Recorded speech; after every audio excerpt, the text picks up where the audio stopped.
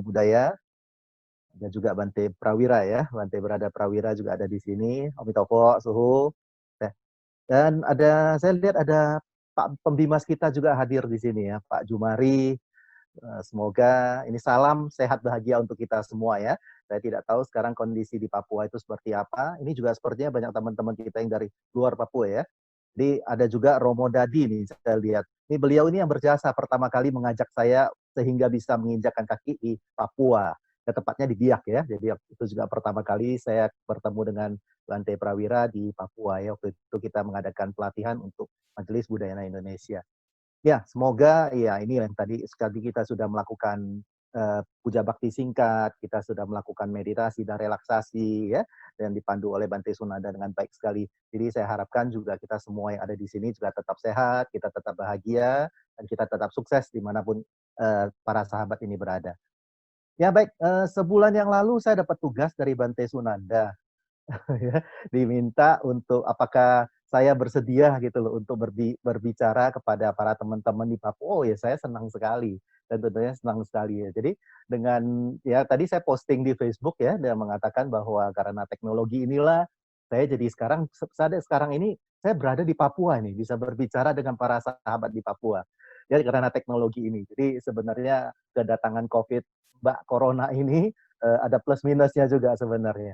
Jadi seperti kami juga saya dengan Dr. Poni Janliao beberapa minggu yang lalu beliau berbicara di sini ya. Saya dengan Dr. Poni Janliao itu sebenarnya sudah bersiaran di radio itu selama hampir 18 tahun dan beliau itu hampir 20 tahun ya.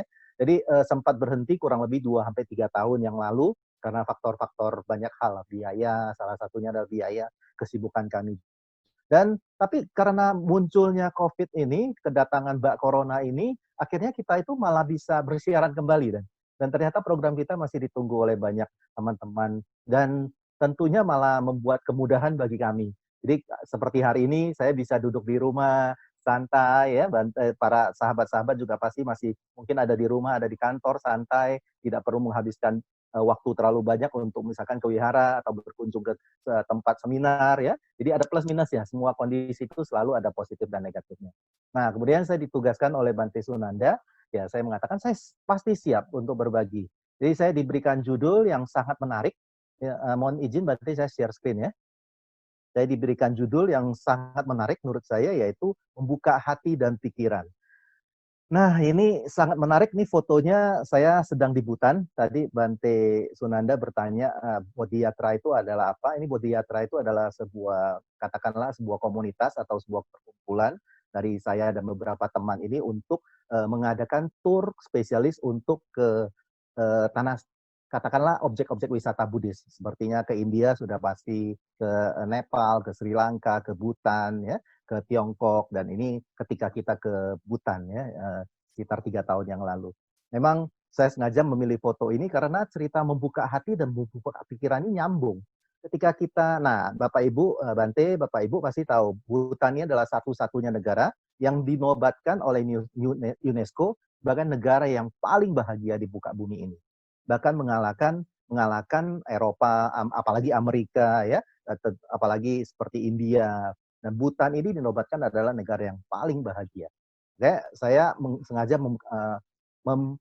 menggunakan foto ini sebagai satu ilustrasi. Kita lanjut ya, membuka hati dan pikiran.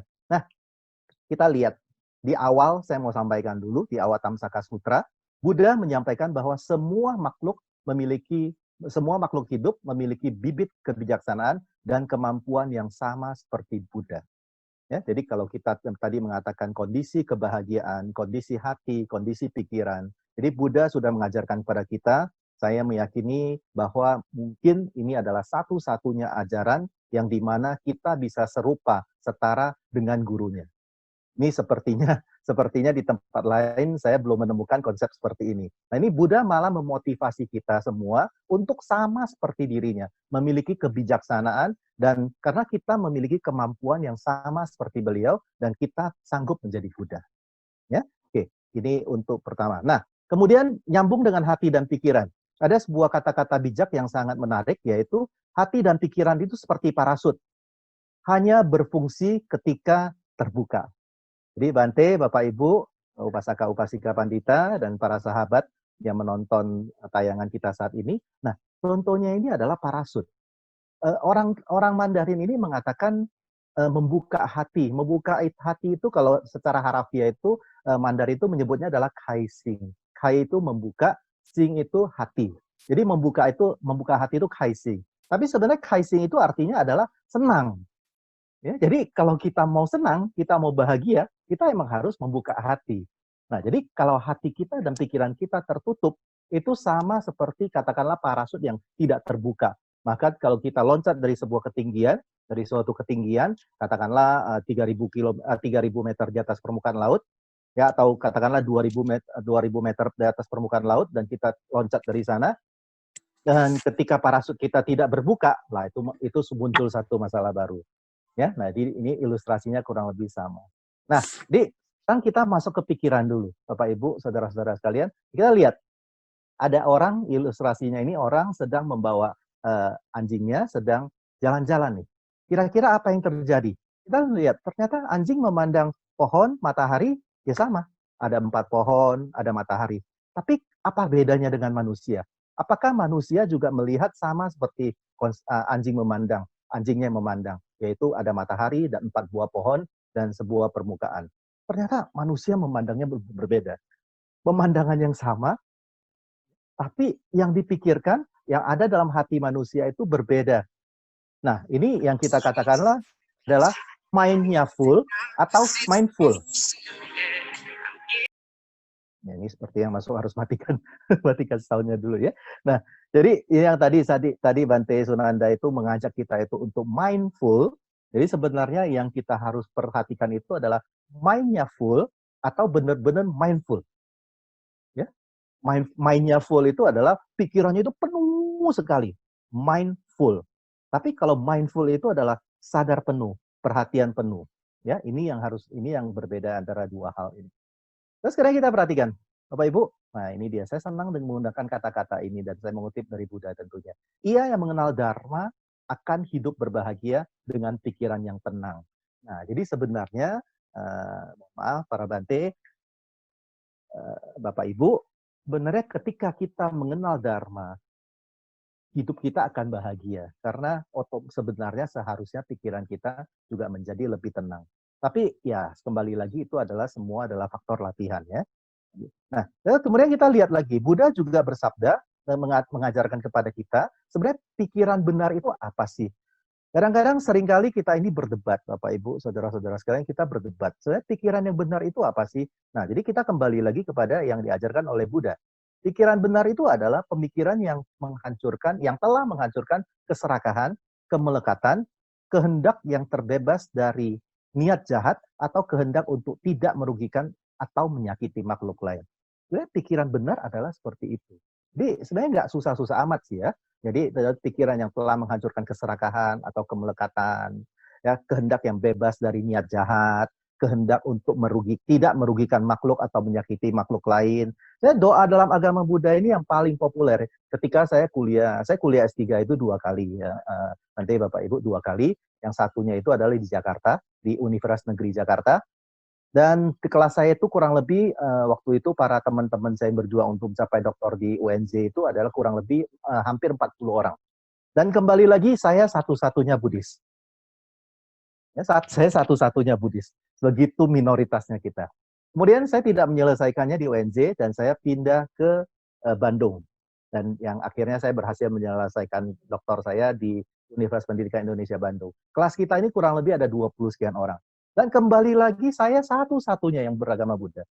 Dan ternyata teman-teman doktor ini mereka juga punya pemahaman yang cukup menarik tentang Buddhis, yaitu gini. Jadi kalau orang mengenal Buddhis ini biasanya begini, kita juga harus berterima kasih kepada film-film yang ditayangkan di TV ya. Waktu itu khususnya ada beberapa TV yang selalu suka memutarkan film Sun Gokong, Perjalanan ke Barat.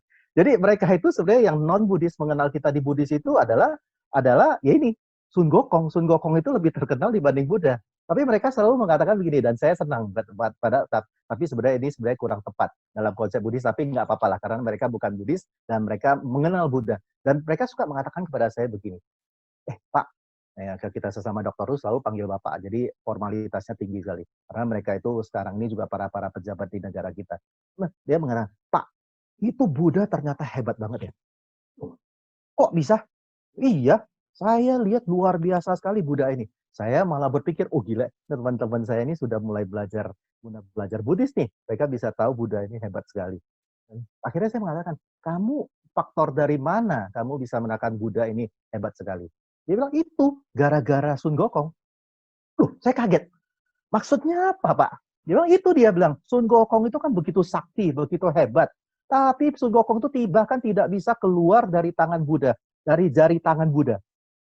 Saya bilang, oh ternyata saya bilang, makanya Buddha itu luar biasa. Buddha itu hebat. Nah, saya sebenarnya berterima kasih seperti itu. Nah, itu bagi teman-teman yang hanya mengenal Buddhis secara dikit. Tapi bagi teman-teman yang lebih mengenal Buddhis, mereka suka bertanya seperti ini. Dia bilang, saya sangat kagum dengan Buddhis. Kenapa? Dia bilang, orang Buddhis ini selalu berdoa, semoga semua makhluk hidup berbahagia. Setiap dari kita juga selalu suka mengatakan sabe sata bawantu sukitata. Tapi yang jadi masalah itu adalah apakah ketika kita mengatakan sabe sata bawantu sukitata, semoga semua makhluk hidup berbahagia. Pikiran kita, ucapan kita, hati kita, apakah sudah benar-benar selaras dan menjadi satu mengatakan semoga semua makhluk hidup berbahagia? Apakah itu benar-benar satu introspeksi yang harus kita pikirkan baik-baik? Apakah pada saat kita mengatakan, semoga semua makhluk hidup berbahagia, kecuali anjing tetangga gua. Sebel banget sama dia. Apakah masih seperti itu? Semoga semua makhluk hidup berbahagia, kecuali yang satu itu. Benci sama dia. Nah, nah ini yang kadang-kadang ya saya suka katakan kepada teman-teman saya waktu itu yang dokter itu adalah, ya ini, umat Buddha ini malah selalu mengkondisikan pikiran, ucapan dengan perbuatan, yaitu adalah tidak menyakiti orang lain. Kalau kita tidak bisa membantu orang lain, minimal kita tidak membuat susah orang lain dulu. Nah, ini dasarnya yang dari kita bercerita kepada teman-teman saya. Nah, kemudian yang kedua ini kita mau mulai masuk kepada hati. Hati ini adalah kita sebagai manusia itu lumrah sekali sebenarnya sering merasa bisa, merasa bisa. Bisa ini enggak? Bisa, merasa bisa. Tapi sebenarnya saya ingin menawarkan kalau kita untuk bercerita hati adalah mulai diubah. Apakah kita mulai bisa merasa? Kita di Buddhis kan diajarkan metta, karuna, mudita, upeka ya. Di Mahayana juga pasti diajarkan tentang maitri, karuna, tentang mudita, tentang maitri, karuna, mudita dan juga sama. Jadi apakah kita bisa merasakan penderitaan makhluk yang lain? Pada saat COVID seperti sekarang ini, saya melihat keluarga budaya Indonesia ini luar biasa ya, Bante, para sahabat yang menonton acara kita malam hari ini, kita lihat keluarga budaya Indonesia hampir, kalau saya ikutin perjalanan dari keluarga budaya Indonesia di Sumatera Utara sampai ke Papua, selalu mengadakan, hampir semua provinsi itu mengadakan bakti sosial untuk namanya peduli kemanusiaan untuk membantu mereka yang terdampak COVID-19. Ada bantuan sembako, ada bantuan APD, ada bantuan obat-obatan, ada bantuan memberikan nasi bungkus. Nah, jadi ini sebenarnya pada saat kita bercerita membuka hati, ya sebenarnya kita itu adalah jangan selalu merasa bisa, tapi coba kita balik, bisa merasa. Apakah kita bisa merasakan bahwa ada katakanlah orang yang di luar sana yang duduk di pinggir jalan itu sudah 3 hari tidak makan, sudah sangat kelaparan, dan ketika menerima sebungkus nasi itu dia sangat berterima kasih. Apakah kita bisa merasakan hal seperti itu? Apakah ketika kita melihat atau sebaliknya nih, ketika kami di MBI KDI Pusat itu sempat membagikan nasi bungkus selama 44 hari, Bante. Cukup lama, 44 hari. Jadi kami hitung-hitung kurang lebih nasi yang berhasil kita bagikan itu adalah kurang lebih 36.000 bungkus. Ya, jadi awal-awal kami membagikan nasi itu banyak sekali orang mengatakan itu tidak tepat lah, itu nggak perlu seperti itulah, nggak manusiawi lah, mereka terhina lah, terus kemudian nggak tepat lah untuk apa seperti ini, tidak bisa membantu lah. Ini sekarang wabahnya adalah COVID, bukan kebanjiran. Banyak sekali sebagian orang mengatakan hal seperti itu. Tapi karena kita ada di lapangan dan kita bisa merasakan ketika kita memberikan nasi itu, kita bisa memberikan sembako itu, bagaimana rasa ketika mereka menerima, bahagianya, tergugahnya. Dan kami ini benar-benar merasa, oh yang kami lakukan ini sudah tepat. Kita membantu, terserah. Orang mau berbicara apa, terserah. Ya, akhirnya kami juga mengajak, ayo kami mengadakan acara di sini. Ayo ikutan yuk, biar juga bisa merasakan kondisi seperti itu. Nah, jadi inilah sebenarnya yang lebih penting bisa merasa dibanding merasa bisa. Ya. Nah, kemudian kalau kita lebih lanjut lagi, mohon maaf Bante, tadi saya lupa tanya waktunya berapa lama ya Bante Sunanda? Jadi kalau bicara bisa kebablasan. 45 menit ke depan lah. 45 menit ya. Oke, baik. Ini kurang lebih 10 menit. Terus kemudian, nah ini dia. Ini saya juga mengutip kata-kata dari Buddha. Ini karena kita ceramah Dharma, selalu referensinya harus menggunakan referensi Buddhis. Dan di Dhammapada 263 ini, Buddha menjelaskan bahwa orang yang telah memotong, mencabut, dan memutus akar sifat iri hati, kekikiran, serta dusta, maka orang bijaksana yang telah menyingkirkan segala keburukan itulah yang sesungguhnya disebut orang yang baik hati. Nah, jadi, apakah kita masih iri? Kita masih suka iri. Iri ini perasaan yang sangat halus. Ya, kadang-kadang kita itu bahkan tidak sadar bahwa sebenarnya kita iri. Kadang-kadang banyak orang kalau di istilah Jakarta mengatakan nyinyir. Nyinyir itu sebenarnya adalah efek dari iri sebenarnya. Sebenarnya kita pengen loh tampil seperti itu sebenarnya. Jujur-jujurnya kalau dalam hati kita mengatakan, saya sebenarnya pengen loh tampil seperti itu, tapi saya tidak bisa atau saya tidak berani. Saya takut mati, saya kiasi. Ada orang Medan nggak di sini? Saya kiasi. Ya, jadi nggak berani tampil, tapi sebenarnya dalam hati saya itu saya sangat sekali ingin tampil seperti itu dan memberikan bantuan kepada orang lain. Tapi karena ada beberapa faktor, ada kendala, kita tidak bisa muncul di sana, tidak bisa melakukan kebaikan itu, muncul dalam hati kita iri yang sangat halus. Kalau saya nggak bisa melakukan, baiknya dia juga tidak melakukan. Itu sebenarnya iri yang sangat halus. Ya ini yang kadang-kadang kita tidak menyadari, Bapak Ibu, saudara-saudara sekalian. Ini yang menurut saya perlu latihan yang lebih mendalam untuk melihat ke dalam diri kita sendiri. Nah, kemudian kita kikir. Kikir itu apa ya? Kikir, pelit dengan irit itu beda ya. Jadi kikir dengan irit itu beda ya. Ada orang memang irit. Ada beberapa sahabat saya perhatikan ya. Memang mereka itu sangat luar biasa. Terhadap dirinya itu mereka itu pelitnya minta ampun. Sangat perhitungan untuk dirinya sendiri. Tapi ketika kita aja, itu ada orang susah loh. Ada seperti ini loh. Ada membangun wihara loh. Ada membangun jalan loh. Ada orang rumahnya rubuh loh. Ada orang meninggal nggak bisa beli peti mati loh. Mau bantu nggak? Mereka itu cepat sekali berdana. Ini luar biasa sekali. Ya, dan kemudian dusta. Nah, kadang-kadang inilah yang sering terjadi, bahkan saking halusnya ini, dan akhirnya menjadi satu kebiasaan, khususnya mungkin bagi orang-orang Jakarta ya, saking halusnya kita suka lupa dengan dusta ini.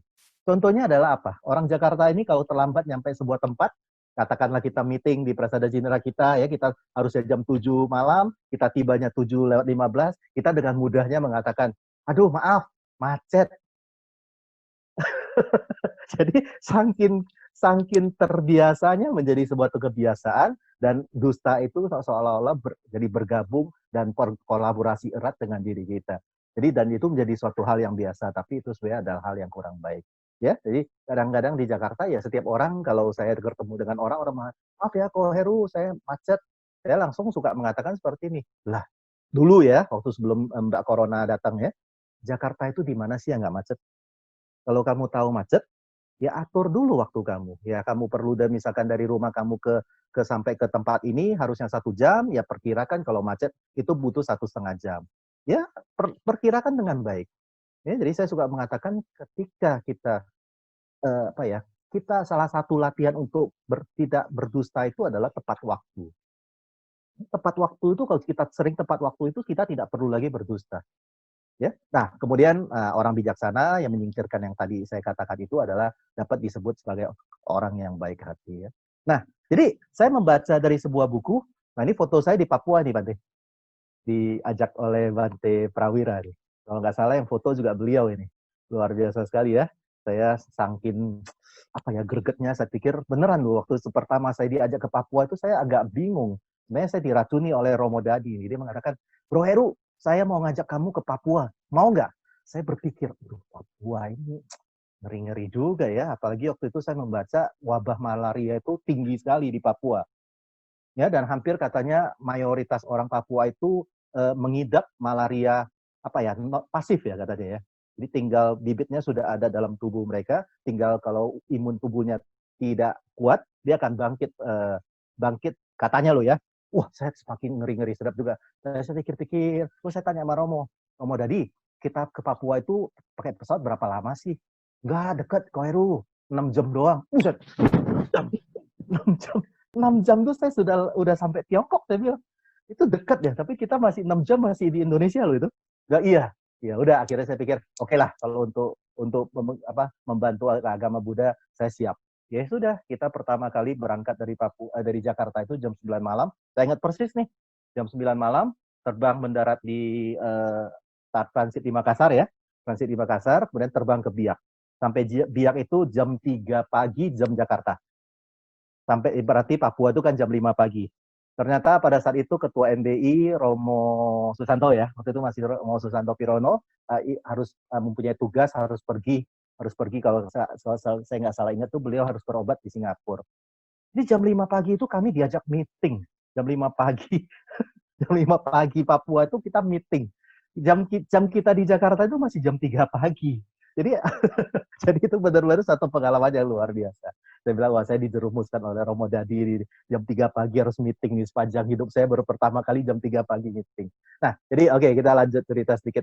Nah, jadi saya membaca dari buku. Satu buku ini judulnya adalah White Heart, Hati Putih. Kebetulan tulisannya oleh Danai Chancaucai. Beliau itu adalah seorang katakanlah seorang pejabat juga di Bangkok sana. Yaitu adalah penasehat dari Putri Raja Bangkok waktu itu. Nah, kebetulan saya juga mengedit buku ini, jadi saya membaca buku ini baik sekali ya. Dia menawarkan, beliau ini dalam buku ini menawarkan, nah kita kan sering menjumpai bahwa kita dengan kehidupan milenial sekarang ini kita mendetoksifikasi, katakanlah membuang racun dari tubuh kita. Tapi kadang-kadang kita sering memanjakan fisik kita lupa dengan mental. Nah, buku White Heart ini, Hati Putih ini, menawarkan satu yang namanya detoksifikasi hati. Jadi bukan hanya fisik yang kita detoksifikasi. Yang kita sebut hati ini, tadi saya lupa klarifikasi di awal ya. Bapak Ibu, yang kita bahas hati di sini itu bukan hati secara fisik ya. Bukan liver ya. Bukan kalau sakit hati bukan berarti hepatitis ya. Bukan yang itu ya. Ini adalah kita adalah perumpamannya. Nah, jadi beliau itu menawarkan ada 4 tahap, Bapak Ibu, saudara-saudara sekalian, juga Bante, yang mulia Bante. Yang pertama itu kita harus periksa hati. Apakah masih ada hatinya? Banyak loh sekarang manusia yang nggak punya hati. Ya, dikala orang susah, dia bahagia. Ya, di awal-awal COVID ini kan kita lihat ya Bapak Ibu, mohon maaf sekali, mudah-mudahan saya meyakini bahwa tidak ada umat Buddha yang seperti itu ya. Pada saat itu kita semua orang sedang membutuhkan masker, ya masker medis, maupun waktu itu belum populer masker non medis ya, masker medis. Kami orang-orang di lapangan sebagai relawan itu juga benar-benar satu kesulitan yang sangat besar ya, karena pada saat itu masker yang kita harus beli itu satu kotak tuh harganya minimal 500.000 dan kita itu relawan tuh kurang lebih sehari itu ada 10 orang dan masker itu setiap hari harus diganti. Jadi jadi sehari itu kita beracara itu minimal kita harus habis ratusan ribu. Ya itu kalau saya mengatakan itu mohon maaf benar-benar ya boleh mencari keuntungan tapi tidak menggunakan cara-cara seperti itu ya. Nah, jadi kita periksa setelah hatinya kita ada, nah kita melihat tahap detoksifikasinya seperti apa dan jangan lupa memilih metodenya karena metodenya berbeda-beda. Satu orang dengan orang lain berbeda. Dan kemudian kita lakukan detoksifikasi. Ya, ini sama seperti kita berobat ke dokter. Ibaratnya dokter itu Buddha itu adalah dokter, Dharma itu adalah obatnya, Sangga itu adalah yang merawat kita. Dan setelah kita ketemu dengan Buddha, Dharma, dan Sangga, yang paling penting itu adalah obatnya kan kita makan. Ya, banyak orang mendapatkan obat dari dokter dan dia bangga-bangganya, ini adalah obat yang paling baik, tapi obatnya tidak pernah dimakan. Jadi akhirnya penyakitnya tidak baik, tidak sembuh, karena obatnya tidak dimakan, karena hanya bangga saja, saya sudah dapat obat terbaik dari dokter ini, sudah dapat obat terbaik dari Buddha, Dharma, dan Sangga, tapi obatnya tidak pernah dikonsumsi, akhirnya penyakitnya tidak sembuh, dan akhirnya menyalahkan Buddha, menyalahkan Dharma, menyalahkan Sangga. Ya, jadi itu penting. Jadi setelah kita periksa, kita tahu tahapnya seperti apa, metodenya seperti apa, dan kita lakukan detoksifikasi. Saya bahas secara cepat ya Bapak Ibu. Jadi detoksifikasi hati ini menemukan bahwa ada 3 jenis. kesulitan yang ada dalam hati kita. Yang pertama itu adalah endapan di hati. Sorry, yang kedua itu endapan itu kalau sudah lama-lama, ini ilustrasinya begini aja, Bapak Ibu. Kalau ada peralon itu tahu ya, pipa air. Kalau kita sedot air, lama-lama kan ada endapannya. Ya, sebersih apapun airnya itu selalu ada endapannya. Terus sebenarnya endapannya itu kalau kita diamin lama-lama, dia akan menjadi keras. Ya, menjadi keras. Dan kita dikatakan di sini adalah menjadi kerikil. Dan kerikilnya itu kalau dibiarkan lama-lama dan tidak dibersihkan, tidak didetoksifikasi, di hati kita itu juga akan kotoran itu akan menjadi berkarat. Jadi mulai dari endapan, kerikil, dan karat. Kita lihat ciri-cirinya seperti apa. Nanti Bapak Ibu, saudara-saudara sekalian, nah orang yang punya endapan di hati itu ciri khasnya ini cenderung banyak mengeluh. Pernah punya teman yang suka mengeluh? Jadi umat Buddha, Bapak Ibu, saudara-saudara sekalian, mengeluh itu adalah sebuah hal yang sebenarnya tidak disukai oleh banyak orang. Contohnya begini, kalau misalkan saya adalah teman Bapak Ibu, jadi setiap kali Anda ketemu saya, atau Bante Sunanda katakanlah ketemu saya, katakanlah kantor saya dan kantor beliau dekat. Kantor beliau kan di wihara ya, kantor saya di sekolah. Jadi sering ketemu di depan wihara. Ketika saya mau pergi makan atau pas Bante mau keluar, sering ketemu di sana. Jadi kalau misalkan saya ketemu Bante, tiap kali ketemu Bante bertanya, apa kabar Ko Heru? Aduh, Bante, wah capek loh. Kerja ini capek. Ya pertama, sekali dua kali, ya mungkin Bante masih melayani. Kok tiap hari ketemu, gimana kabar Ko Heru? Aduh, Bante, jangan tanya gimana kabar lah. Aduh, kepala pusing, encok kumat, kaki sakit, ya utang banyak. Lama-lama Bante ketemu saya mungkin udah langsung berbelok ya. Kita juga kadang-kadang kondisi teman-teman kita itu mempengaruhi hati kita juga ya. Jadi kalau ketemu dengan orang yang banyak mengeluh itu juga kita itu capek ya. Jadi orang kalau mempunyai endapan di hati, biasanya cenderung banyak mengeluh. Nah, juga suka kesel dengan hal-hal sepele. Ya, dikit-dikit sebel, dikit-dikit marah, dikit-dikit kesel, ya, dikit-dikit yang ngoceh-ngoceh. Terus orang ini juga cenderung egois. Terus kemudian, nah ini dia, ini orangnya sensitif. Sensitif ini banyak musim-musim belakangan, di musim-musim COVID ini banyak Anda perhatikan ya, kita di WA group ada temen yang gitu ditanya, tumben lu udah lama nggak nongol. Ya udah, gua nggak usah nongol-nongol lagi deh, langsung left group. Ada loh orang kayak begitu. Padahal kan kita coba bilang, loh bener kan kita sudah lama tidak ketemu, apa kabar ya? Langsung ditanggapinya. Ya udah, kalau kamu ketemu gua ya sudah, langsung keluar dari grup. Besok-besok, ayo tolong undang saya lagi dong ke grup. Loh, kamu kemarin yang keluar kan? Iya, kemarin gue lagi kesel, gue lagi sensi. Enggak, sekarang gue masuk lagi. Begitu masuk ditanya lagi sama temen. Ya, tanya sama temen lagi. Kok masuk lagi? Terus dia bilang apa? Ya udah kalau gue nggak boleh di sini, gue keluar aja. Left lagi. Orang-orang seperti ini kadang-kadang jadi hiburan juga buat kita sih, tapi jadi lucu aja. Nah, terus kemudian orang-orang seperti ini karena banyak mengeluh, kesal dengan hal-hal sepele, egois, sensitif, ya. Jadi mereka itu selalu terganggu dengan keadaan hidup. Kalau di cerita Jen ini adalah orang yang kalau hujan itu dia mengutuki hujan, kalau panas dia nyumpain panas, ya. Jadi kan ada ceritanya seperti ini, ada seorang nenek yang dia duduk depan wihara. Jadi nenek ini selalu menangis gitu loh, selalu sedih. Jadi suatu ketika Bante yang baik hati ini datang kepada nenek itu bertanya, "Nenek, kenapa kamu sedih terus? Saya perhatikan kalau cuaca hujan kamu sedih, kamu nangis. Tapi ketika matahari terik, kamu juga nangis." Terus nenek ini berkata begini, "Ya Bante, saya ini sedih. Kalau saya punya putri dua. Putri saya ini satu jual es, satu lagi jual payung. Jadi kalau ketika jual es, kalau hujan, anak saya yang jual es itu nggak laku. Jadi saya sedih. Terus kemudian, loh, terus kalau matahari lagi besar gimana? Iya, pada saat matahari besar, anak saya, putri saya yang jual payung itu nggak laku. Karena nggak ada hujan, nggak ada yang pakai.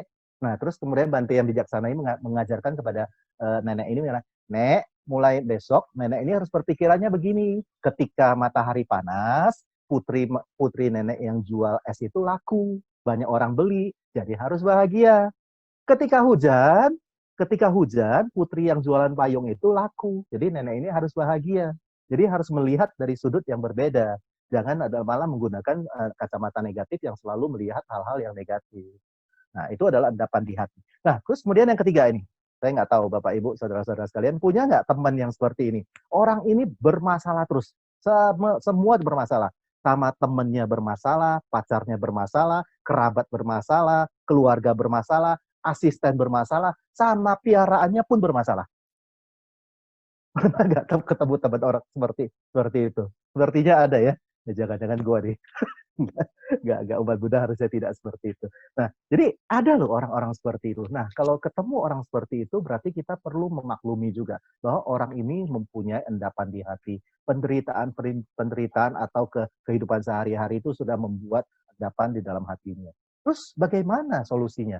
Solusinya ini adalah begini. Yang pertama, hidup ini jangan terlalu serius. Nanti kalau sudah nggak COVID, ya boleh sekali-sekali datang ke Wihara Biak, ketemu Bante Prawira, minta dibuatkan kopi, ngopi dulu. Bante Prawira itu ahli buat kopi. Ya luar biasa. Jadi saya di sana, ini beliau itu luar biasa loh. Saya belum pernah ke tempat Bante Sunanda. Saya juga nanti ingin ke sana ya. Jadi saya pernah 2 kali di sana ya. Kedua kali diajak untuk training public speaking di Biak. Teman-teman saya senang sekali. Belakangan katanya beberapa orang yang ikut training itu sudah jadi pembicara juga ya. Itu senang sekali. Nah, jadi hidup tuh jangan terlalu serius Bapak Ibu, benar-benar. Memang kadang-kadang ada sesuatu yang datang kepada kita, ada hal yang tidak bisa kita kendalikan atau apalagi yang katakanlah harus sesuai dengan kita.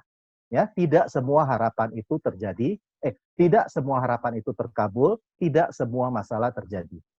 Ya, jadi harapan-harapan kita itu boleh banyak, tapi kita harus selalu ingat bahwa harapan-harapan kita itu belum pasti selalu terkabul. Dan masalah-masalah yang kita takuti itu belum pasti terjadi. Ya, pada saat awal-awal COVID, saya termasuk orang yang ketakutan. Jujur saya katakan, saya benar-benar agak ketakutan karena membaca beritanya itu sangat bombastis, sangat luar biasa.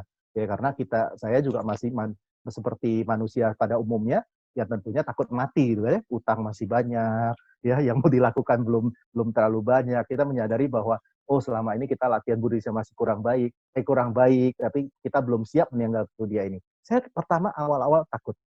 Akhirnya saya mulai menghentikan segala informasi-informasi negatif yang masuk ke dalam hidup saya. Ya mungkin WhatsApp group, terus televisi mengatakan seperti itu. Dan pada minggu berikutnya saya memutuskan saya ingin bergabung dengan kelompok relawan KDI. Dan saya masuk ke dalam kelompok KDI itu dan malah kita banyak melakukan kebaikan, ya membantu orang, ya kita datang sampai ke gubuk-gubuk yang kecil, yang reot, yang sudah hampir rubuh, tanahnya yang becek, kita harus pakai sepatu bot, ya. Akhirnya ketika kita bergabung di sana, karena komunitas itu adalah komunitas positif, ya sampai orang itu mengatakan ini pasukan berani mati. Orang ketakutan COVID, ini malah mencari COVID. Ya, tapi bukan berarti kita konyol ya, kita tetap menggunakan protokol keamanan ya. Kita pakai masker, kita pakai face shield, kita pakai topi ya. Kita kalau ada tempat-tempat tertentu kita harus pakai sepatu bot ya, harus seperti itu juga. Jadi jangan konyol juga sih. Jangan, saya percaya dengan Buddha, saya yakin dengan Kuan Im Pusat.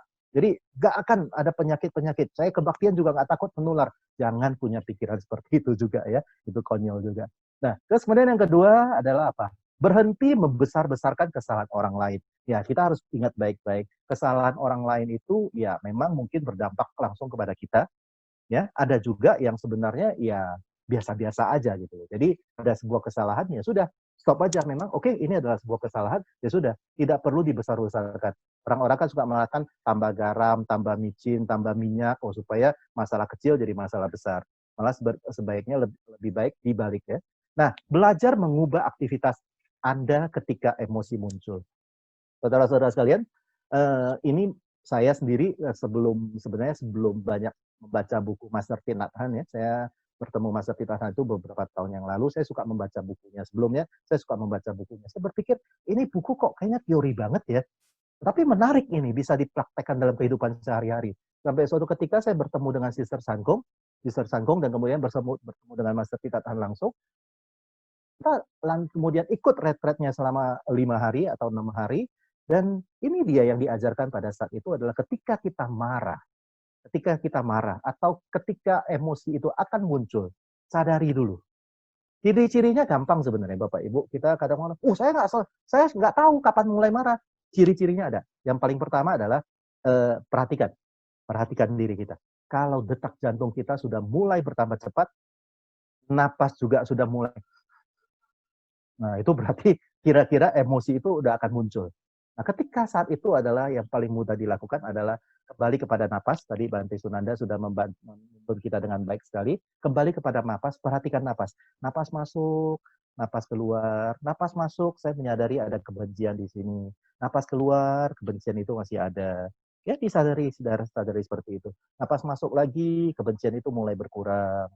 Ya, seperti itu. Kalau masih belum berkurang, ya Mas sadari masih ada kebencian di sini, di sana. Nah, teori psikologis itu malah mengatakan adalah 6 second.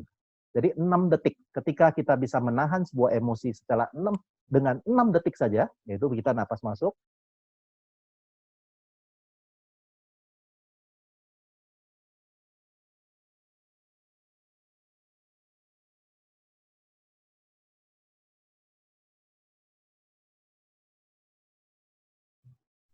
Mohon maaf, nanti terputus ya. Ya, silakan Dokter Heru. Sorry, saya lanjutkan lagi ya. Saya lanjutkan lagi, tadi sampai di ini. Oke. Nah, jadi ketika emosi itu muncul, saya ulangi sedikit ya, ketika emosi muncul, kembalilah kepada napas. Atau kita bisa menggunakan peace walk. Kita jalan pelan-pelan, amati langkah kita. Jangan lagi munculkan emosi-emosi seperti itu ya. Lalu kita bisa duduk dengan tenang. Biasanya malah agak susah duduk dengan tenang. Lebih baik kalau Anda memilih peace walk, jalan dengan tenang, amati setiap langkah, setiap napas ya, seperti itu. Nah, yang keempat ini adalah kirimkan welas asih pada hati Anda secara berkala. Nah, jadi sebenarnya pada saat kita melatih latihan meditasi, yaitu cinta kasih atau welas asih, itu sebenarnya selalu dimulai dengan semoga saya berbahagia, semoga saya dapat mengatasi penderitaan atau yang lain-lain. Jadi selalu dimulai dengan diri kita dulu, nanti baru dikirimkan kepada yang lain. Nah, dan ini juga harus ingat selalu, Bapak Ibu, saudara-saudara sekalian, menjadi marah adalah orang bodoh, merasa gusar adalah menjadi gila. Jadi kalau Anda marah dan gusar, berarti Anda bodoh dan gila. Jadi harus benar-benar. Contohnya seperti ini. Kadang-kadang lucu, ada orang mengatakan seperti ini. Kita katakanlah kita ke pasar. Ya, kalau kita lagi di buku ini, White Hat ini sebenarnya tulisnya seperti ini. Ada orang nih dia lagi jalan, dia lagi ke pasar, disuruh istrinya, Pi, tolong dong ke pasar beliin sesuatu, katakanlah beliin telur atau apa. Ya nanti papi masuk jalan, masuk belok kiri, ya nanti ada di daerah sana ya. Terus kemudian ya si bapak ini pergi ke pasar. Begitu dia pergi ke pasar, dia tiba-tiba diomelin sama orang. Kamu ini kurang ajar. Dia kaget. Ih, saya kenal kamu juga kagak. Kamu omelin saya. Biasanya reaksi kita itu adalah kita marah balik kan. Kita marah kembali. Oh, kamu ini kurang ajar. Kamu kenal saya juga dong. Akhirnya saking marahnya si bapak ini dia pulang. Dia lupa dipesankan istrinya untuk beli telur katakanlah. Dia pulang. Terus dia bilang, dia marah-marah sampai rumah itu dia masih marah dengan istrinya. Itulah gara-gara kamu sih, mah suruh saya ke pasar, saya ketemu orang, saya caci maki orang ini. Terus istrinya malah berpikir, kamu ketemu siapa kok bisa seperti itu? Itu saya ketemu orang, tahu-tahu marah-marah sama saya. Terus saya bilang, istrinya bilang, oh ciri-cirinya seperti ini ya, orangnya nggak tinggi, agak besar, rambutnya nggak berantakan ya. Loh, kok kamu tahu? Dia bilang, Pak, itu orang gila, Pak.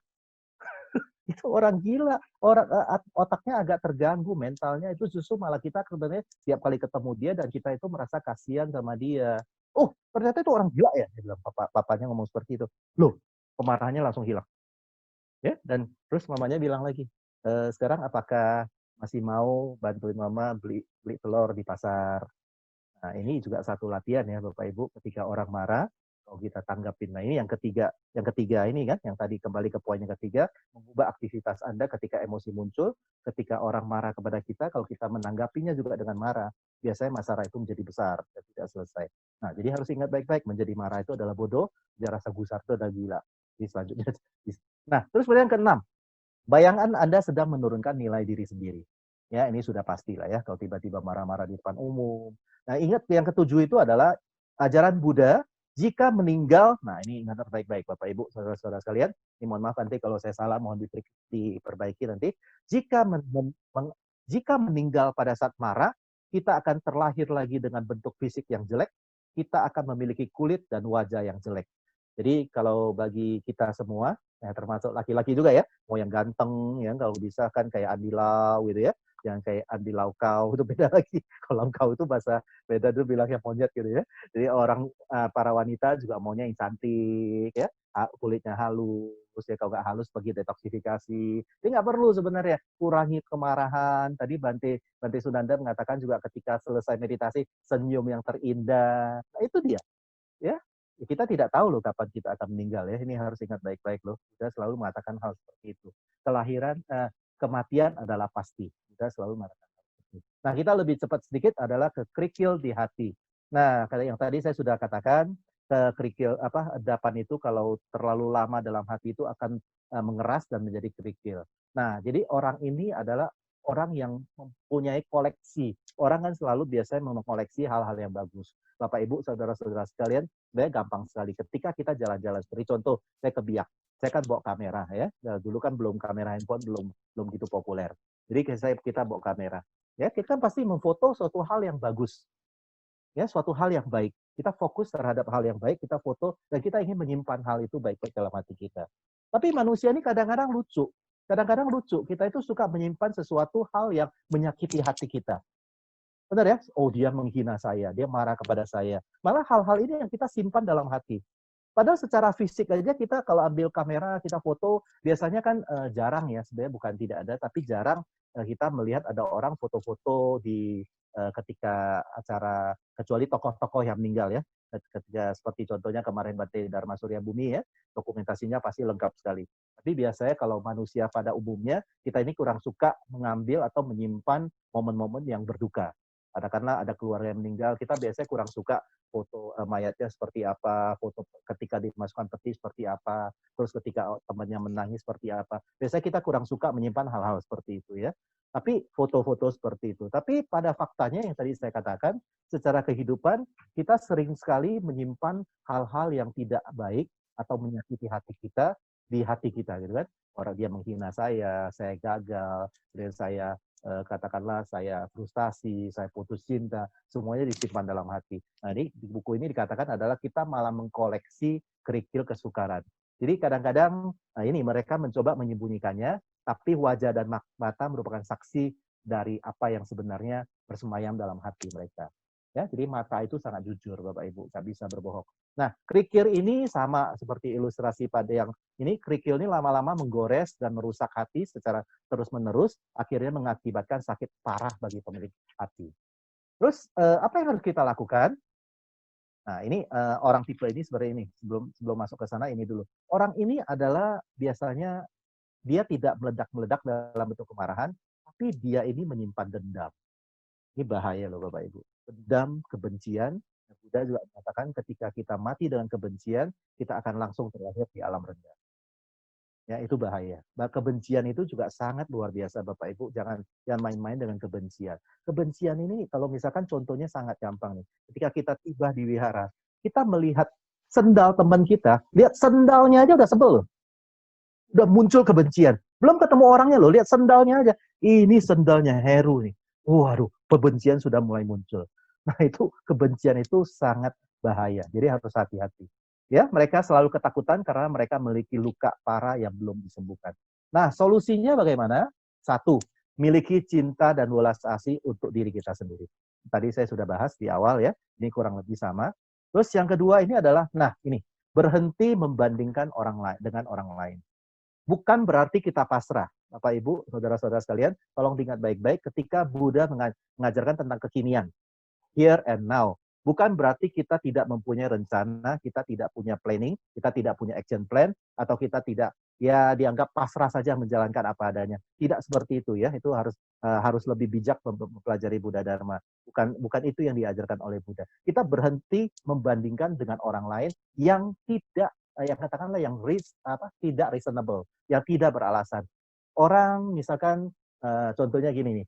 Ini biasanya ibu-ibu suka berbicara seperti gini pada suaminya ketika dia pulang. Bapak suaminya begitu pulang sampai rumah dia mana?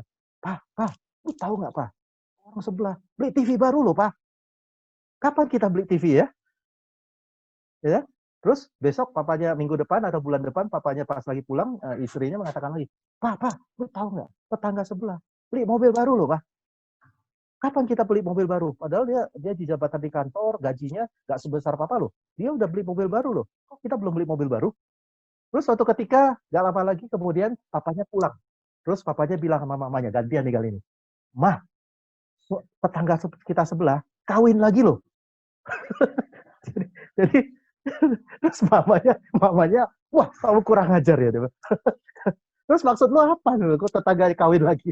Nah ini ya hati-hati Bapak Ibu ya. Jadi jangan selalu membandingkan dengan orang lain ya. Kita percaya dengan karma. Dulu mungkin pada saya sebelum seperti sekarang ini, saya juga suka membandingkan dengan teman-teman saya.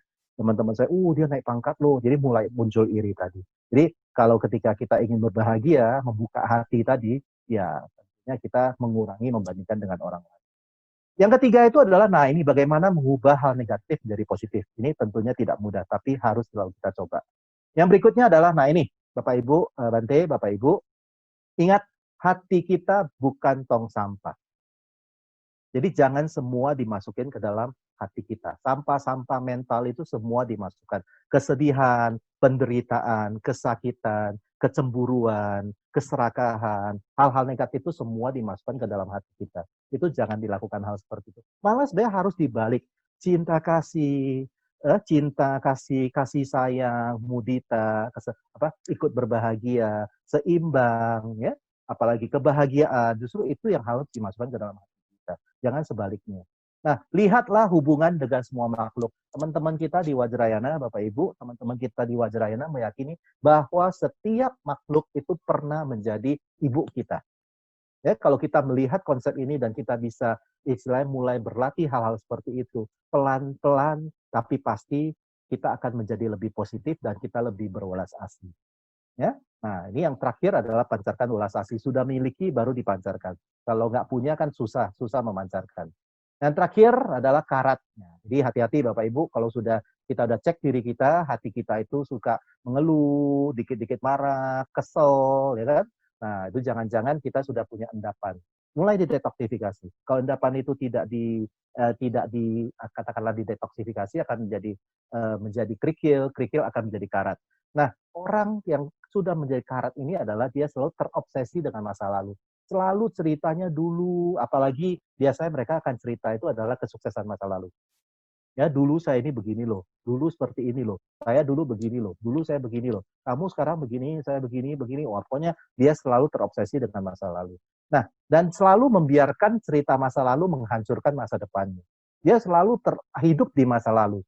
Makanya yang tadi saya katakan, Buddha mengajarkan, dan tadi Bante juga mengatakan tentang kekinian, here and now, yaitu berarti kita hidup dalam kondisi saat ini, tidak terlalu terobsesi dengan masa lalu, tidak mencengkram masa depan. Orang yang hidup di masa lalu dan hidup di masa depan itu akan sulit berbahagia. Nah, memiliki ingatan yang kuat tapi dalam hal-hal negatif. Ya, terus kemudian tidak pernah memaafkan atau melupakan orang yang telah melukainya. Saya pernah ketemu loh orang seperti ini. Ini cerita sudah, dia bilang, lu tahu nggak? 13 tahun yang lalu kamu injek kaki gua sampai sekarang lu belum minta maaf. 13 tahun yang lalu. Kita lagi mikir, kapan itu ya? Itu 13 tahun yang lalu. Lama sekali ya. Nah, sampai misalkan sekarang tiba-tiba ada masalah sedikit, dia marah besar terhadap kita. Ya, ini berarti orang ini sudah memiliki karat di hatinya. Nah, satu-satunya hal yang mereka lakukan dengan baik adalah menemukan alasan atas nasib jelek, menyalahkan orang lain, termasuk diri sendiri, dan melihat alam semesta sebagai tempat yang tidak adil. Jadi orang ini selalu menyalahkan, pokoknya ada alasan aja. Kamu katakanlah gini ya, saya kan hidup di sekolah banyak sekali ketemu dengan orang-orang tua ya. Kadang-kadang ada orang-orang tua yang memiliki karat yang sangat besar di hatinya begini. Kadang-kadang dalam contoh COVID seperti ini kan banyak sekali masalah ekonomi muncul. Jadi kadang-kadang kita itu menyarankan, kamu gini aja, kalau suami nggak ada kerjaan, ibu bisa nggak, bisa mulai jualan online ya, ibu bisa masak nggak, ibu jualan online. Terus saya kan gini, aduh nggak bisa Pak, saya nggak punya modal. Ya udah, nanti kita bantu deh cari modal karena masih teman sih. Ya kita cariin modal deh. Aduh nggak bisa, anak saya siapa yang jaga? Nah itu alasannya banyak banget gitu kan. Dan akhirnya buntut-buntutnya ya memang tidak berusaha dan selalu merasa dunia ini tidak adil. Nah terus solusinya adalah begini. Nah ini ya saya lebih cepat aja. Dan lebih cepat aja ya. Yang pertama itu adalah kita harus punya tekad, kalau dalam bahasa Buddhis namanya nekama, kita menarik diri kita dari penderitaan. Kita menarik diri kita dari kepahitan masa lalu. Yang kedua itu adalah pahami segala sesuatu terjadi karena sebab. Kita bisa seperti ini, kita bisa menderita karena kita memiliki sebab-sebab yang lalu. Kita hari ini juga bisa bahagia karena kita sudah pernah menanam sebab-sebab kebahagiaan. Ini harus diingat baik-baik. Ya, kalau kita sudah menanam, kita rawat dengan baik, kita kemudian akan menghasilkan. Seringkali kita itu sudah menanam, kita baru merawat, kita sudah frustasi, kita sudah nggak tahan, kita sudah tidak mau mempunyai determinasi untuk melanjutkan, sampai berbuah, kita sudah pindah lagi ke suatu hal yang baru. Kemudian seperti itu, tanam, pindah, akhirnya tidak pernah mendapatkan buah yang baik. Nah yang ketiga itu adalah kurangi bertanya mengapa. Mengapa ini terjadi kepada saya? Itu harus dikurangi. Ya, kenapa dia begitu, kenapa saya begini. Ya. Yang keempat itu adalah seimbangan hati. Yang kelima, ini penting. Kita mulai canting, ya ini seperti yang masa-masa COVID seperti ini, ya tadi saya mengatakan awalnya saya takut, tapi akhirnya saya memberanikan diri dan memutuskan saya mau ikut relawan, menjadi relawan. Saya mengubah kondisi negatif menjadi yang positif. Ya, dan biasanya kita kalau ada acara-acara itu kita juga sampai kita istilahnya bikin Waisak nasional di Prasada Jinara kita. Ya kita acara dari pagi jam 5 pagi sampai jam 7 malam. Jadi kita melakukan hal-hal seperti itu. Nah, yang keenam itu adalah, nah ini dia, ketika Anda mampu, dan sebenarnya setiap orang itu mampu mulai membantu mereka yang kurang beruntung. Nah, ini yang tadi saya katakan kita lakukan dalam relawan peduli kemanusiaan. Yang ketujuh adalah kontemplasi kematian. Bapak Ibu, ini terakhir, poin terakhir, ketika meninggal itu biasanya orang menyesal karena ada dua hal. Yang pertama itu adalah melakukan hal yang tidak seharusnya dilakukan. Itu yang pertama. Yang kedua itu adalah belum melakukan hal yang harus dilakukan. Jadi sebelum meninggal itu biasa orang menyesal karena dua hal ini. Melakukan hal yang tidak harus dilakukan dan belum melakukan hal yang harus dilakukan. Jadi orang ini menyesal ketika mau meninggal. Nah, jadi harus sering-sering sebenarnya. Jangan merasa, aduh tabu ya bicara kematian. Ya Buddha sudah mengajarkan kepada kita bahwa kematian itu adalah hal yang pasti. Jadi tidak perlu mau takut, mau sadar, mau berani, juga ya pasti kita akan menghadapi kematian. Ya kemarin saya juga kebetulan datang ke acara kremasi Bante Dharma Surya Bumi ya. Yang kita tahu Bante Dharma Surya Bumi adalah seorang guru meditasi yang sangat luar biasa. 46 muasah beliau jadi biku, luar biasa sekali. Ya, dan pada saat itu banyak sekali dibacakan renungan-renungan yang ditulis oleh Bante Dharma Surya Bumi. Itu benar-benar menggugah kita ini untuk suatu ketika saya juga akan mengalami hal yang sama. Nah, jadi sebelum masa itu nyampe, banyak-banyaklah berbuat hal yang positif. Ya, sorry ini yang terakhir. Maaf dan meminta maaf. Jadi jangan lupa benar-benar kita harus selalu memaafkan orang lain dan kita juga meminta maaf kalau kita salah. Ya, jadi karena ketika kita memaafkan orang lain, sebenarnya yang bahagia adalah diri kita, bukan orang lain. Orang suka mengatakan, enak-enak aja gue maafin dia. Dia kan nanti dia ulangi lagi. Jadi sebenarnya yang benar ada, ketika kita memaafkan dia, yang lebih lega itu adalah diri kita sendiri. Ya, dan kita wajib meminta maaf kalau kita salah. Demikian, Bante dan Bapak Ibu, saudara-saudara sekalian, terima kasih. Mohon maaf waktunya agak panjang. Ini email saya. Itu Facebook saya, Instagram saya, silakan Anda kalau ingin join ke Facebook atau Instagram saya, atau ingin komunikasi saya melalui email, silakan. Terima kasih Bante. Namo Buddhaya. Budaya, Dr. Heru mau bertanya, bagaimana sikap kita jika ada bagian keluarga kita yang mempunyai endapan hati yang keempat? Dalam kurung sensitif, tidak stabil secara emosi.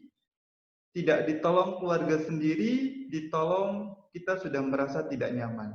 Terima kasih. Iya. Silakan Dokter Heru ya. Terima kasih Bante. Ini pertanyaannya menarik sekali ya dari Bu Viola ya. Saya tidak tahu Bu Viola ada di mana.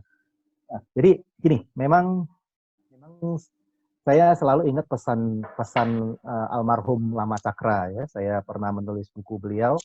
Jadi beliau itu suka ilustrasinya sangat membumi. Jadi saya sebenarnya banyak belajar dengan Bante Lama Cakra lah kita suka manggilnya. Dharma Wajra, Lama Dharma Wajra, dan kita suka panggil Lama Cakra.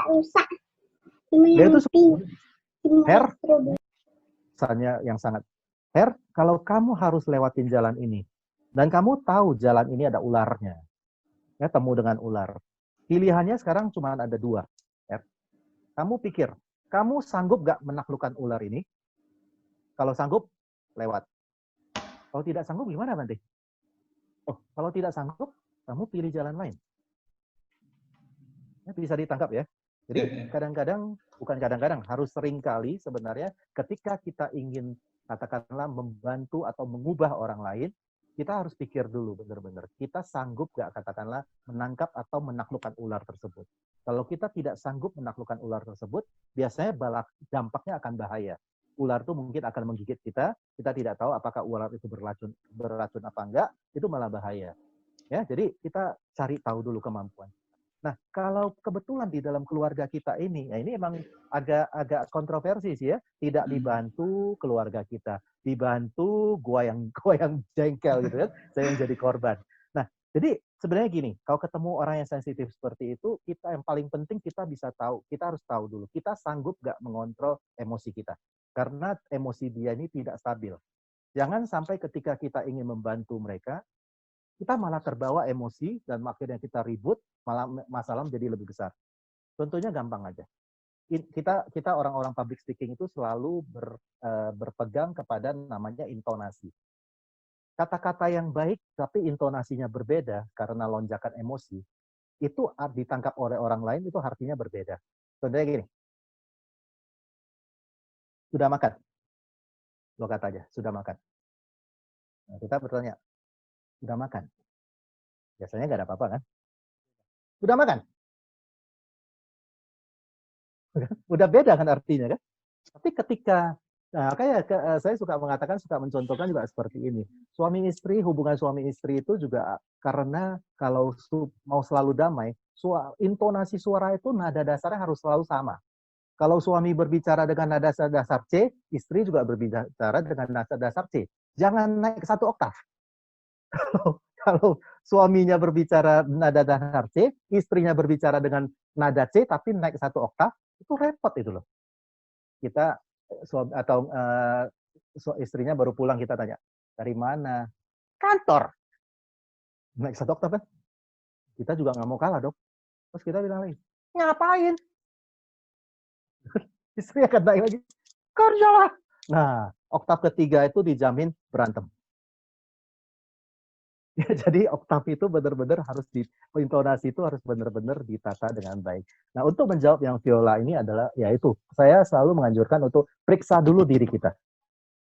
Periksa dulu diri kita. Kita punya kemampuan itu apa tidak. Yang kedua adalah proses mengubah yang lain itu adalah harus berubah dari diri kita sendiri. Ya, jadi contohnya nih, kan sekarang sebenarnya banyak Bante yang suka bercerita hal-hal seperti ini, mengatakan bercerita pada saat kita kita sebagai umat ini, orang suka curhat kepada Bante begini, Bante, suami saya nggak kasih saya ke wihara lo, karena dianggap ke wihara itu nggak ada gunanya, ya kan, ke wihara itu malah lebih banyak bantuin wihara, lamanya di Bante, di rumah berantakan, baju ke sana kemari, tidak pernah ngepel, barang itu gelas segala macam semua numpuk kan. Nah, kalau ya justru biasa Bante yang bijaksana mengatakan seperti ini, kalau ibu ini atau bapak ini belum bisa mengurusi kebutuhan rumah sampai selesai, ya sebaiknya tidak melayani wihara. Ngomong kasarnya kan seperti itu kan. Nah, tapi sebaliknya, kalau misalkan seorang ibu atau seorang bapak aktif dalam organisasi atau aktif di wihara, setelah belajar dharma, praktek dharma, malah kehidupannya lebih baik, lebih bersabar, dapat katakanlah segala kewajibannya itu bisa dituntaskan dengan baik. Saya yakin orang rumah itu malah, lu sering-sering ke wihara ya, malah yang misalkan kita itu emosional, begitu datang ke wihara sering latihan meditasi, nah dengan Bante Prawira, dengan Bante Sunanda sering latihan meditasi, gitu pulang lebih banyak senyum, ya bisa lebih sabar. Saya yakin tuh orang rumah itu bilang, kamu sering-sering ketemu Bante Sunanda ya, sering-sering ketemu Bante Prawira ya, latihan meditasi ya. Itu karena apa? Membawa manfaat untuk orang lain. Nah ini sama. Jadi ketika kita berubah, orang itu merasakan ada perubahan dari kita, dia juga biasanya juga akan berubah. Jadi proses untuk berubah itu adalah berubah dan mengubah. Jangan pernah terbalik, maunya mengubah dulu, baru kita berubah. Itu akan sulit. Ya, saya pikir demikian Bante. Terima kasih untuk Viola juga. Ya, terima kasih Dokter Heru ya. Mungkin Viola, ini saya rasa jawaban yang tepat ya. Tapi jawaban apa yang disampaikan Dokter Heru ini hampir sama dengan apa yang pernah saya tanyakan juga ke waktu retreat kinasih tahun 2010 kepada Sister Cangkung. Waktu itu kelasnya kebetulan Ya. saya dengan Sister Cangkung juga. Beliau Oh, langsung ya menyampaikan Bante ya. lebih lihat ke dalam diri kita dulu. Kalau kita mampu kita tolong, jika tidak mampu kita tenangkan diri kita. Setelah tenang baru kita menolong. Jadi sangat tepat sekali. Nah Oh. ini Dokter Heru ada beberapa pertanyaan banyak sekali. Ini Bante bacakan ya. Ini Iya Bante. Terima kasih. dari Hendry Sorong. Namo Buddhaya Dokter Heru. Gimana menghilangkan rasa takut gelisah di dalam hati atau pikiran karena takut gelisah pasti timbul stres kan seperti itu. Oke, baik. Terima kasih Bante. Terima kasih juga Pak Hendri dari Sorong ya. Ya, Sorong. Nah, yang saya mau katakan di awal adalah Bapak Ibu, saudara-saudara sekalian, takut gelisah itu adalah manusiawi. Ya, jadi misalkan contoh, saya beberapa teman-teman kami dari Duta Dharma atau Pandita, dulu sebelum COVID itu tiap bulan atau tiap minggu itu pasti ada jadwal terbang pesawat ya, naik pesawat. Saya sebenarnya jujur dalam hati mengatakan saya ini takut ketinggian. Saya takut ketinggian. Benar, saya takut ketinggian. Jadi saya naik pesawat itu saya nggak pernah mau duduk yang di ada jendelanya. Ya, jadi ini pernah dapat joke ya, pernah dapat joke begini mengatakan gini. Tahu nggak kenapa ketika pesawat take off dengan pesawat mendarat itu jendela harus dibuka? Nanti kan sering naik pesawat juga, berarti tahu nggak alasannya kenapa itu jendela harus? Joke itu mengatakan seperti ini. Itu karena pesawat itu paling riskan itu adalah pada saat take off dan pada saat mendarat. Itu pesawat yang kondisi kritis sebuah pesawat. Biasanya 95% itu kecelakaan itu terjadi pada saat take off atau pada saat landing. Jadi pada saat kita take off atau kita landing itu ke jendela itu dibuka karena apa? Supaya itulah apa? Pemandangan terindah yang terakhir yang bisa kita lihat. Enggak, itu bercanda. Itu bercandanya. Itu bercanda ya, itu enggak benar. Nah, sampai suatu ketika saya bertemu dengan Ajahn Brahm. Ajahn Brahm menguatkan saya sebenarnya. Dia mengatakan gini, kira nggak usah khawatir. Ya, saya pikir ini Ajahn Brahm bisa membaca pikiran saya. Kenapa dia tiba-tiba ceramah hal seperti itu ya? Jadi Ajahn Brahm mengatakan seperti ini. Nggak usah khawatir.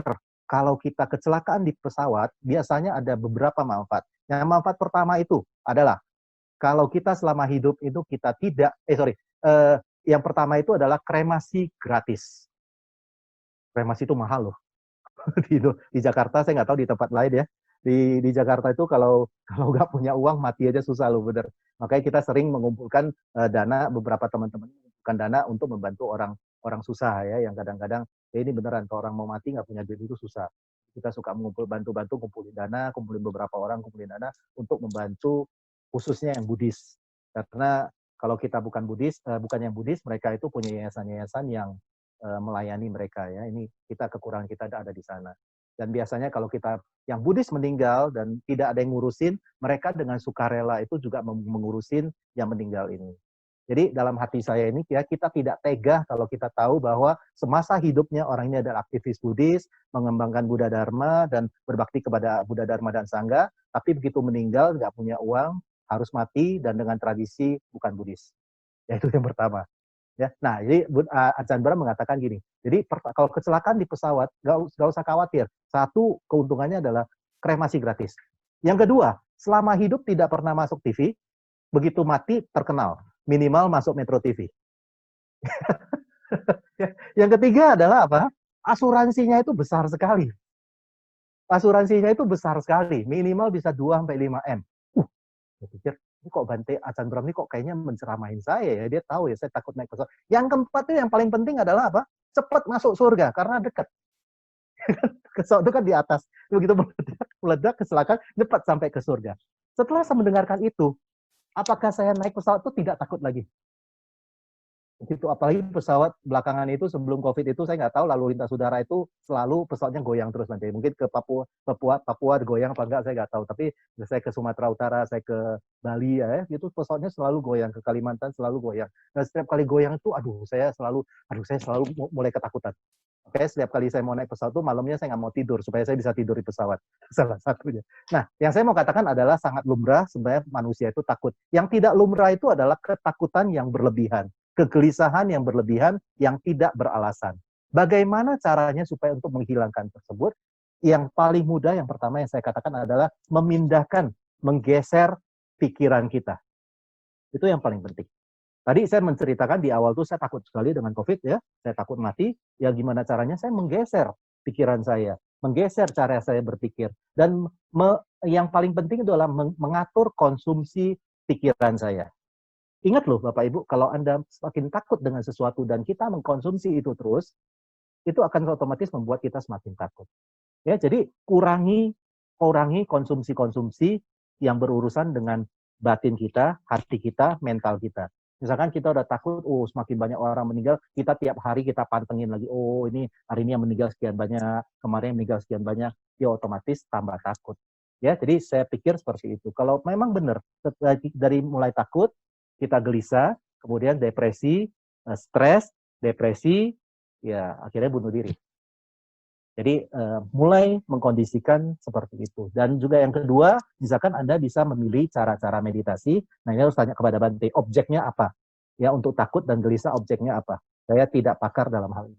Biar Bante Sunanda atau Bante Prawira yang bisa membantu saya untuk objek meditasi apa. Demikian Bante, terima kasih. Ya, terima kasih Dr. Heru. Dan saya rasa ini juga tadi menjawab pertanyaan dari ini saudara Levi ya, yang apa tentang sulit melupakan kesalahan orang lain. Ya, kita harus memindahkan atau menggeser pikiran kita ya, frekuensi kita ke arah yang positif terlebih dahulu. Nah, ini ada satu pertanyaan unik dari teman dari Nabire.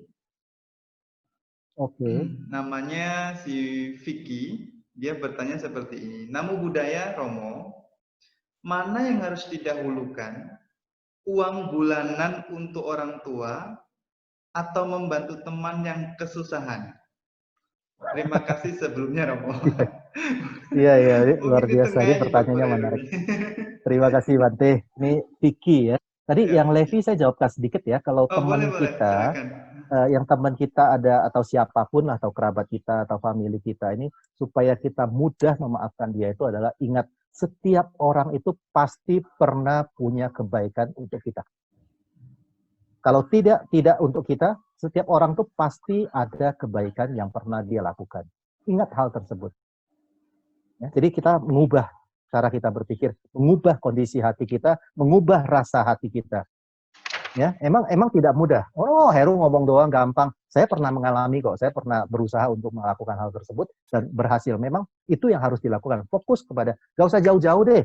Kalau kita baru beli mobil baru atau motor baru kan, begitu tabrak orang, waduh, itu yang ditabrak mobilnya, yang sakit hatinya. Begitu. Sebenarnya yang sakit itu yang mana? Harusnya yang ditabrak itu yang sakit ya, tapi yang mobilnya ditabrak, tapi yang sakit hatinya. Itu sebenarnya ya mengatakan bahwa kemelekatan kita itu sangat besar terhadap hal tersebut. Dan ketika kita mengingat terus orang itu menabrak saya, ya kita tidak akan bisa apa ya. Contohnya gini deh, saya waktu itu saya mau ini kejadian nyata. Saya pada saat saya mau berbagi dharma seperti ini di Sukabumi ya. Jadi pada saat saya jalan mau Sukabumi itu kan macetnya luar biasa ya. Jadi pas lagi macet itu saya agak meleng, saya nyenggol nih orang naik motor. Ya orang itu langsung berbalik, langsung kaca spion saya dipatahin. Ya kaca spion saya dipatahin, ya udah saya sudah dipanggil minggir, ya sudah di ngobrol-ngobrol diskusi akhirnya ya sudahlah orang Indonesia kan cinta damai ya akhirnya damai dengan kompensasi ya sudah saya berikan padahal sebenarnya kan dalam hati saya itu gondok banget udah dia patahin spion saya ya saya harus ganti rugi padahal spionnya lebih mahal daripada diganti rugi kan tapi ya itu beberapa hari kemudian saya masih merasa begitu lihat spion tuh saya masih sakit hati gitu aduh kurang ajar nih orang harusnya saya begini akhirnya saya berpikir ya sudahlah mungkin dia lebih membutuhkan uang yang saya berikan kompensasi supaya semoga dia bahagia Ya, kaca spion saya tinggal saya masukin asuransi, klaim 2-3 hari selesai kok. Ya, jadi ya itu caranya adalah mengubah pikiran kita, hati kita, rasa kita. Ya, terus demikian. Nah, kemudian ini menarik nih. Uang yang tadi Vicky ya, Bante ya. Iya, Vicky.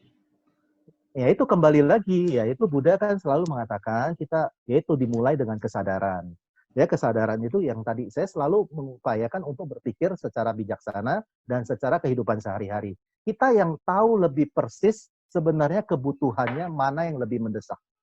Di Stephen Covey itu selalu mengatakan, Stephen Covey itu mengajarkan kita itu ada uh, uh, urgent dan important. Important itu penting, urgent itu apa ya?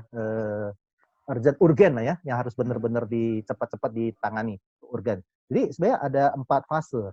Ada yang penting dan urgen, atau penting tidak urgen, tidak penting tapi urgen, tidak urgen dan tidak penting. Kalau yang tidak penting dan tidak urgen, otomatis kita buang, kita singkirkan. Jadi kemudian yang jadi masalah adalah apa? Penting dan urgen. Ya kan? Penting dan urgen. Terus kemudian adalah penting tapi tidak urgen, boleh kita pending. Yang tidak penting tapi urgen juga perlu kita berikan penanganan secukupnya. Nah, sekarang kita cari tahu dulu. Contohnya, orang tua kita itu seberapa penting uang bulanan ini. Dan kita yang tahu persis, misalkan kita tahu, oh tiap kali kalau saya kasih uang bulanan ke orang tua saya itu sebenarnya nggak gitu mau terima karena ini ingat ya Bapak Ibu, saudara-saudara sekalian, kalau ada orang tua, ini ingat kata-kata saya baik-baik, tolong diingat baik-baik. Jangan pernah menolak kebaikan hati anak.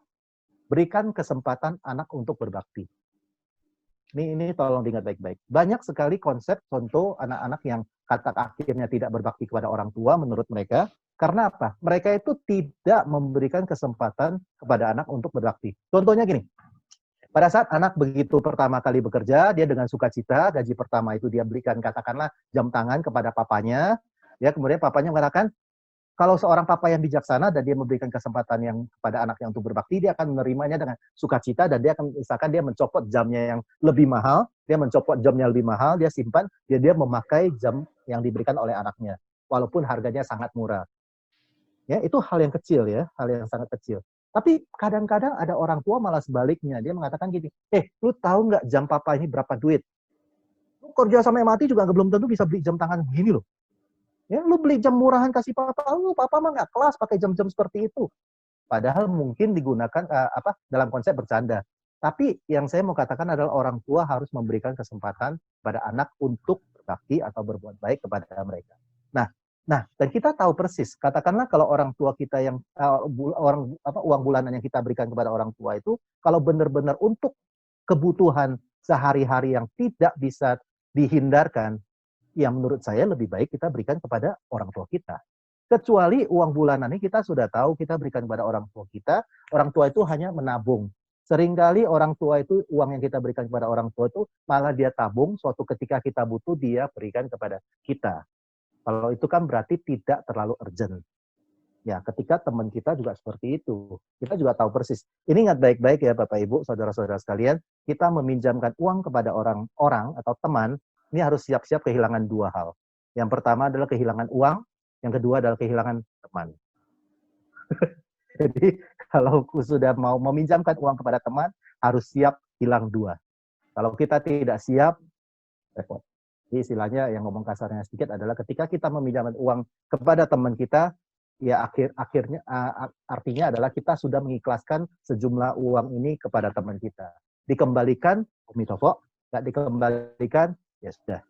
Jadi kalau kita masih tetap ngotot, kan zaman sekarang kan, zaman milenial ini kan beda. Yang hutang itu lebih galak daripada yang ngasih hutang kan. Kalau kita ngejar terus, itu sebenarnya cacat sosial ya Bapak Ibu. Umat Buddha itu sebaiknya tidak melakukan hal seperti itu. Buddha juga mengajarkan kita ketika kita berhutang kita wajib mengembalikan. Ya sebaiknya umat Buddha tidak melakukan hal seperti itu. Sudah kita pinjam duit, pas kita pinjam duit itu kita baik-baik, tolonglah, beginilah, begitulah, begitu ditagih, kita lebih galak ya. Jadi tidak seperti itu. Jadi saya tidak berani menjawab harus ke orang tua atau ke teman tapi jawabannya yang seperti yang tadi. Ya, jadi Anda yang lebih tahu persis apa yang sedang, yaitu penting dan urgen itu ada di orang tua atau di teman Anda. Demikian, penting. Terima kasih, Vicky juga. Ya, terima kasih, Dr. Heru. Ini masih ada 2 pertanyaan lagi. Mungkin kita Ya, jawab satu Bante. persatu dulu. Ini dari Boleh, Romo Deni Bante. Pasamsan. Nah, Nah, ini dia orang yang ini bertanggung penting jawab. juga nih. Bante tidak Ya, kebaca paling gimana, atas Bante? sebab. Maaf nih Oh, Romo paling Deni ya. atas ya? Oh, gara-gara keputus, Bante. Saya udah Iya, nggak bisa betul. baca. Ya. Selamat malam Pak Dokter Heru Suherman Lim. Perkenalkan saya Jambala Hitam. Mantan murid Bapak di Pasca Sarjana STAB Semarang. Saya mau bertanya, Hmm. mengapa kita tidak bisa mengikuti hati yang tidak bisa mengikuti hati untuk bahagia terus-menerus di saat sedih? Kemana perginya hati yang bahagia kemarin itu? Seperti itu, dokter. Silakan.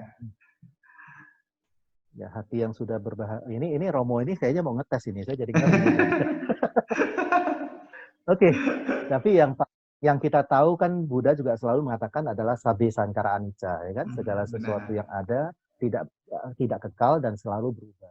Yang tidak berubah itu adalah perubahan itu sendiri. Ya, jadi kebahagiaan, penderitaan itu adalah selalu berubah-berubah. Ya, cepat sekali berubahnya. Tapi saya ingat satu kata Buddha yang sangat penting, yang sangat perlu kita selalu ingat, dan karena setiap manusia itu akan mengalami sakit, Buddha mengatakan begini, sakit adalah pasti, menderita adalah pilihan. Ya, sakit adalah pasti, menderita adalah pilihan. Ya, banyak kita menjumpai tokoh-tokoh senior kita ya di katakanlah di keluarga Budayana itu Indonesia seperti katakanlah Upasika Pandita Sutadarmi, beliau itu saya tahu persis, beliau itu menderita cancer itu sekian lama, sakit ya, dibilang sakitnya. Cancer itu sangat sakit, kalau pada saat kumat itu sangat sakit dan tidak tertahankan. Tapi sepanjang beliau hidup sampai beliau meninggal, saya masih tahu beliau itu selalu tetap bertekad untuk melayani pernikahan, melayani diundang untuk berceramah. Jadi pada saat itu juga beliau mengatakan sakit adalah pasti, menderita adalah pilihan. Jadi ini harus diingat baik-baik. Nah, jadi kalau kita mengatakan kemana kebahagiaan kita yang kemarin? Jadi jangankan kemarin, Khalil Gibran ini suka mengatakan begini, ketika kita tertawa di ruang tamu, jangan lupa kesedihan sedang mengintip di pintu gerbang. jadi, jadi, jadi ini benar-benar satu kondisi yang tidak pernah permanen, selalu berubah, selalu berubah, selalu berubah. Ketika kita bahagia, boleh kita memaintain. Kita selalu gini, katakanlah kita sedang bahagia, karma baik kita sedang berbuah, buah karma baik kita sedang banyak berbuah, ya kita harus tetap merawat dengan baik. Ya, pohon seperti pohon sudah tumbuh, jangan lupa loh ya, ibaratnya kita suka bilang kita tanam apel, kita dapat apel. Ingat loh, kita tanamnya cuma satu, dapatnya banyak sekali. Itu yang baik. Kalau misalnya tidak baik juga kita tanam satu, dapatnya banyak sekali. Ya, jadi ketika kita kondisi karma tidak baik kita berbuah, kita menderita, kita sakit, kita kesukaran, ya kita menyadari bahwa kita sedang memetik buah atau kita sedang memanen apa yang sedang kita lakukan sebelumnya. Sebelumnya tidak pasti kehidupan lampau ya. Bisa saja kemarin, bisa saja minggu lalu, bisa saja bulan lalu, tahun lalu, atau sebelum-sebelumnya. Nah, ini kita menyadari bahwa sekarang ini kita sedang mengalami kondisi yang tidak baik. Apa yang kita lakukan adalah berbuat kebajikan untuk menawarkan, ya kan? Katakanlah kalau kepahitan itu bagaimana kita mencampur air lebih banyak supaya pahitnya tidak terlalu terasa, ya kan? Jangan sampai malah sudah tahu kita mengalami kondisi yang tidak baik, kita membuat hal-hal yang membuat kita terjerumus lebih dalam lagi. Ya, itu yang harus benar-benar diperhatikan. Jadi ketika kita bahagia juga seperti itu, jangan terlalu terlena oleh kebahagiaan tersebut. Ya, kita harus ingat, ketika kita berbahagia, karma baik kita sedang berbuah, berarti deposito kita sedang dikuras. Ya, gimana caranya kita juga tetap menimbun kembali kebaikan-kebaikan supaya kebaikan ini bisa bertahan lebih lama. Kalau mau bertahan selamanya, ya sebelum kita mencapai tingkat kesucian, saya pikir kita akan sulit mempertahankan kondisi kebahagiaan yang stabil sampai jangka panjang. Demikian, Bante, kalau saya salah mohon dibenarkan. Terima kasih, Bante. Ya, terima kasih dokter. Tepat sekali lah. Ini tadi sudah memberikan nutrisi yang besar. Ini ada satu pertanyaan, Bante singkat saja karena waktu dokter Heru. Ini pertanyaan Ya, sebenarnya sangat Bante. penting dari Eli Manokwari. Dia mohon pencerahannya dari dokter Heru. Namo Buddhaya dokter Heru. Mohon penjelasannya, apakah hubungan antara hati dan pikiran? Ada yang bilang hati, perasaan sifatnya emosional atau tidak rasional, dan pikiran sifatnya rasional. Benarkah begitu? Mohon pencerahannya. Iya, iya. Terima kasih, Terakhir Bante, ini. Bu Eli. Ini luar biasa sekali ya. Jadi sebenarnya kalau kita berbicara secara apa ya, arti per kata itu nggak ketemu gitu loh kalau dalam konsep Ya, Buddhisme nggak ketemu. Kalau kita bilang pikiran yang seperti yang tadi saya katakan, pikiran kalau saya memisahkan, kalau dibilang hati tidak rasional sebenarnya tidak juga. Ini mungkin kita suka membaca antara otak kiri dengan otak kanan ya. Katakanlah otak kiri kan adalah otak rasional, otak kanan adalah otak perasaan. Kan kita suka membandingkan seperti itu. Jadi sebenarnya konsep Buddhis itu adalah seimbang. Kan selalu suka dikatakan adalah begini, landasan dari Buddhis itu adalah wisdom and compassion. Jadi wisdom dengan compassion, satu suka mengatakan begini, makanya ini suka dikatakan compassion ini adalah jalan bodhisattva, wisdom itu adalah jalan arahat. Ya tidak begitu juga sebenarnya. Kalau seorang arahat tidak mengembangkan hanya mengembangkan kebijaksanaan tanpa mengembangkan welas asih, kayaknya nggak nyampe juga ke arahat.